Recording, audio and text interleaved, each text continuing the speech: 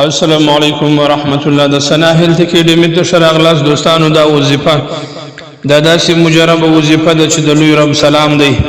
دا د یاسین شریف هغه مبارک آیات چې د جنتیانو لپاره د خوشحالي د الله تعالی لخوا د مستقیم سلام د رسیدو خبر ورکوي. څومره خوشحالي چې په دا سلام په دا آیات مبارکه کې پرته ده د الله طرف وسه سلام دی پر جنتیانو باندې. دا څومره لوی انعام دی. الله جل شانه په دې په ذکر او په وظیفه سره تاسو ته په دنیا کې دومره خوشحالي درکړي لکه څنګه چې جنتیانو ته په جنت کې ورکوي، او په دنیا کې هم د دې ذکر الهي د الهي رحمت او سکون سبب ګرځي. د هر ډول مشکل حاجت پوره کول دا وظیفه د سخت او پیچلو حاجتو بندو کارونو او لوی حاجتونو د پرکېدو لپاره ډیره اغیزمنه بلل کیږي. د هر ډول ناممکن کار اسانتیا کله چې انسان د ژوند په داسې لارو کې ودرېږي چې د وتلو هره دروازه ورته بند ښکاري، نو د دې مبارک آیات درې ورځنی ختم د بندو لارو د خلاصولو او د سختو تکلیفو د حل لپاره یو لوی رباني حل دی. دوستانو دا وظیفه د یو داسې حاجت لپاره د یو داسې مشکل لپاره دا وظیفه وکړه چې کلونه تیر شو او دا کلونه تا په ژړا د دې حاجت ته پرکېدو لپاره تیر کړي دي او دا حاجت ستا تر اوسه پورې نه دی پوره سوی او ستا دا مشکل لا تر اوسه ختم سوی نه دی. عزتمنو زموږ هغه ورونه هغه خویندې چې هغوی وایي زموږ حاجتونه نه پوره کېږي، زموږ مشکلات نه ختمیږي. زما عزتمنو که دا حاجت د اسمان برابر لوی وي ځمکې برابر سخت وي، نو نن ځان له راسه دغه آیات مبارکه چې د جنتیانو خوشحالي پکښې کې د سلام قولا من رب الرحیم دا وظیفه د ځان دپاره وکړه. سحر چې راپاڅې الله رب العزت په داسې اسباب برابر کړي وي چې ستا په سوچ و ګمان کې هم نه وي.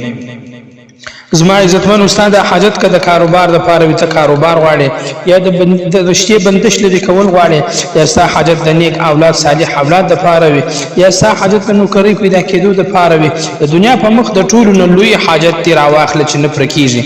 په کومه طریقه چې زه دا وظیفه درته وایم په هغه طریقه دا وظیفه وکړه.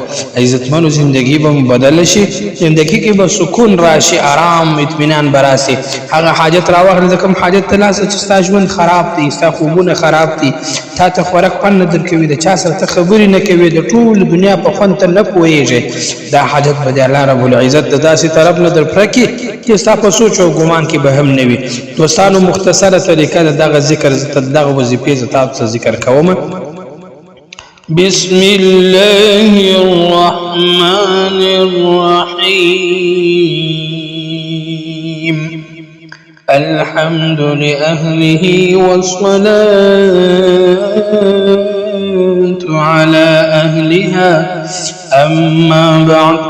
دوستانو دا مختصره طریقه دغه ذکر دغه وظیفې چې سلام قولا من رب الرحیم دی دا د الله تعالی طرف څخه سلام دی پر جنتیانو باندې.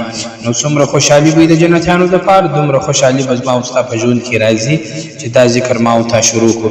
سلام قولا من رب الرحیم مختصره طریقه دا ده چې د هر لمانځه بعد او دا په اخلاص او یقین سره 11 واره درود شریف ویل او بیا 21 واره دا وظیفه ذکر کول چې سلام قولا من رب الرحیم دی او بیا 11 واره درود شریف ویل.